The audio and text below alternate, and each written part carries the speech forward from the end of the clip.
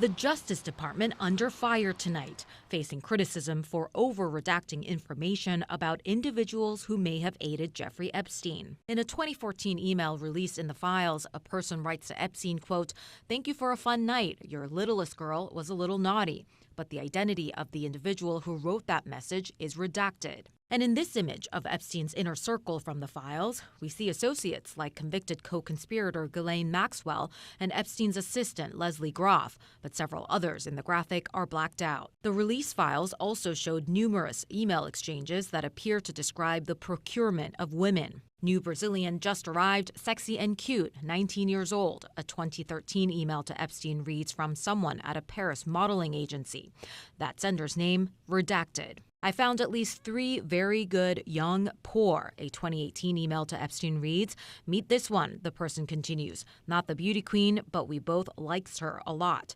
This sender's name, also redacted. A DOJ official said in a statement to CNN, any fully redacted names are of victims. In many instances that it has been well documented publicly, those who were originally victims became participants and co-conspirators. We did not redact any names of men, only female victims. Names of law enforcement officers were also among the redactions. Also included in the released Epstein files, a highly controversial draft indictment from the 2000s that would have charged Epstein along with 3 others. They were described as having been employed by Epstein and having conspired to persuade, induce, and entice individuals who had not attained the age of 18 years to engage in prostitution. Their names are redacted. So you have a Justice Department that's leadership cared more about protecting the men who committed these crimes than the survivors who were victims of the crime. The law that forced the DOJ to release the Epstein files mandates the DOJ to make certain redactions, such as identifying information about victims and child pornography. Some individuals who helped connect Epstein with young women were also victims. Deputy Attorney General Todd Blanche acknowledging errors were made and that his department is working around the clock to correct failures to redact victims' information. You're talking about pieces of paper that stack from the ground to 2 Eiffel Towers.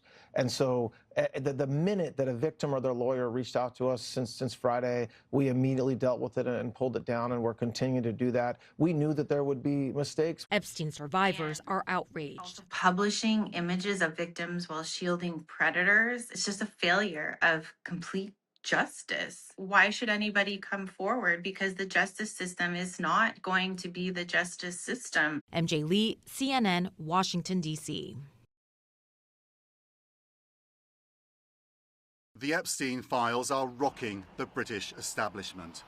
In the latest tranche of documents, these 3 undated photos appear to show the King's brother, Andrew Mountbatten Windsor, formerly Prince Andrew, kneeling over what appears to be a woman or girl, whose face has been redacted, lying fully clothed and supine on the floor. It's unclear when or where the images were taken. No captions or context for the photographs was provided with the document release.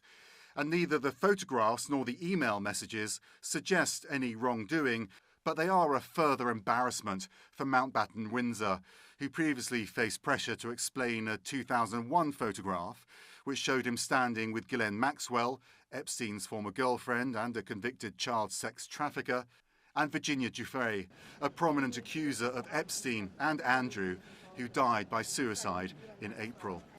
Today, Mountbatten Windsor's brother, Prince Edward, telling CNN in Dubai, I think it's all really important always to remember the victims. The King stripped Mountbatten Windsor of his royal titles in October and began the process to evict him from the royal estate at Windsor.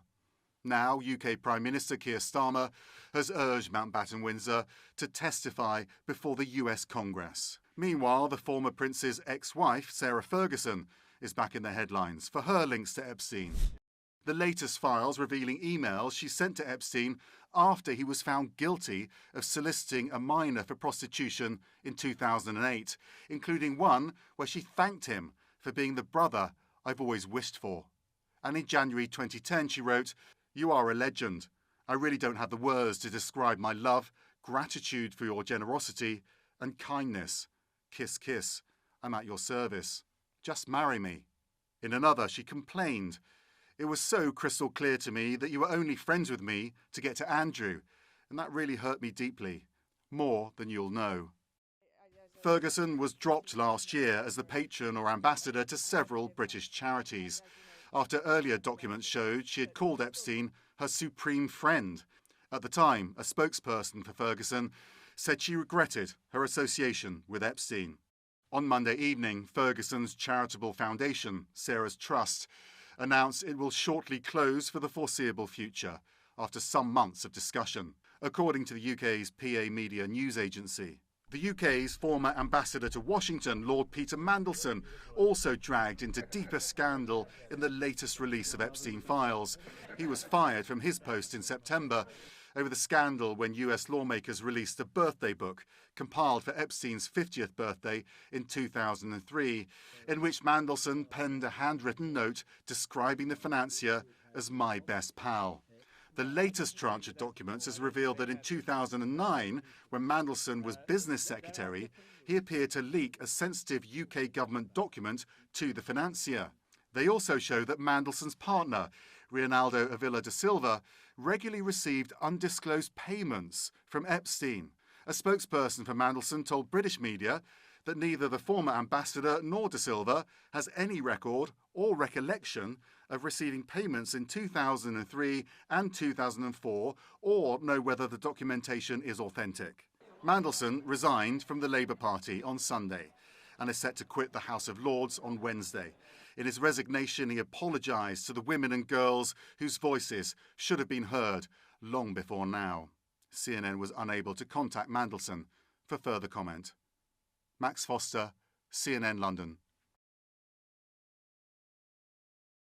I didn't see it myself, but I was told by some very important people that not only does it absolve me, it's the opposite of what people were hoping. The newly released documents do contain a list compiled last year by the FBI of unproven allegations that President Donald Trump committed sexual assault, including one woman saying he raped her when she was just 13.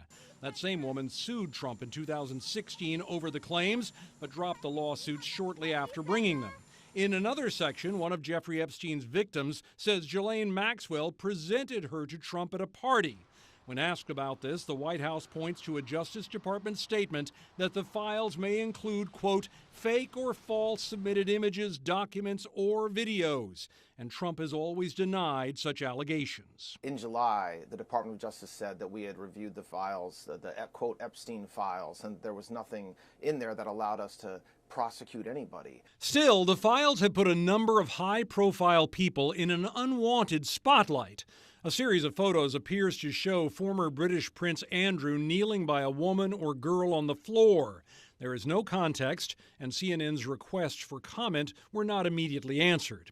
Billionaire Elon Musk has previously said he refused an invitation to Epstein's island. The documents suggest he wanted to be there for the wildest party. After the release, Musk posted, "I have never been to any Epstein parties ever and have many times called for the prosecution of those who have committed crimes with Epstein." Howard Lutnick, Trump's Secretary of Commerce, said he and his wife decided to cut ties with Epstein 2 decades ago. My wife and I decided that I will never be in the room with that disgusting person ever again. Yet the documents point to at least a couple of attempts to socialize with Epstein after that. The Commerce Department says Secretary Lutnick had limited interactions with Mr. Epstein in the presence of his wife and has never been accused of wrongdoing. Another one-time top Trump advisor, Steve Bannon, appears in the files, at times mocking the president, and the famous names go on, though notably many show no links to any potential illegality. Dinner invitations for Woody Allen, Martha Stewart, and Katie Couric, who said here, "I know you're not a foodie, but the lasagna was rockin'." Billionaire Richard Branson, New York Giants owner Steve Tisch are mentioned, and so is Brett Ratner, seen in a photo on a sofa with Epstein and some young women. He's the director of that new Melania Trump film. The new release brought at least one fresh controversy, too. The New York Times raised the possibility that the Justice Department had released nearly 40 unredacted images showing both nude bodies and the faces of the people portrayed, noting the people in the photos appeared to be young. Well, it's what we wonder. Why are they holding back 2.5 million files? They say it's client privilege, and I guess their medical records that they can't release. But I highly doubt that 2.5 million records, I'm sorry, files are just, client privilege rights and medical records. I feel there's more to it. When I come to see some of my files, I see some of the things that are missing there. There's a lot of information that just doesn't make sense and doesn't add up. And it seems like they have skipped some of the years that they put in there, and there's nobody that we can contact. And I absolutely love how Todd Blanche said that we can communicate with the DOJ. That is not true. We've tried to talk to them. We've tried to, communicate with them, because communication is the key here, right? And I think that the people that they need to communicate with is us, and they have not even tried to talk to us. And I think honestly that they're just scared. Laura, you know, we we've had so many different interviews, and I think today is the most saddening, deeply upsetting, heartbroken day that we have experienced as survivors. I can't help but wonder why the DOJ has once again failed us. Again, it feels like they're ignoring our need for protection, especially when they've taken this time to redact the names of powerful individuals, like you said, but not ours. This double standard, makes it even harder for us to trust them. When I read those 6 pages of allegations that mentions our president and a lot of other prominent people, my heart just immediately stopped. Immediately, immediately. And it brings me to say, because Todd Blanche said we would not find anything. And I'm not saying that President Trump is, these accusations are real, but is the DOJ going to step up and investigate this? Because these are serious allegations. And if we can't turn to the government to help us and the DOJ, then who will?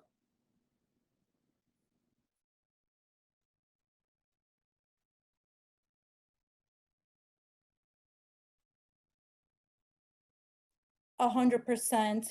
And, I have to say, not only our names were not redacted, but there are personal information out there that can hurt us. It is there's addresses, there's IDs, there's phone numbers that connect us to now and the future. And that is very dangerous for us who have been speaking, and some of the Jane Doe survivors who have not spoken, and their names are out there, not redacted. And then we have these powerful rich men who are getting all these redactions. We are in so loss of words. We don't know what else to expect from the DOJ at this point.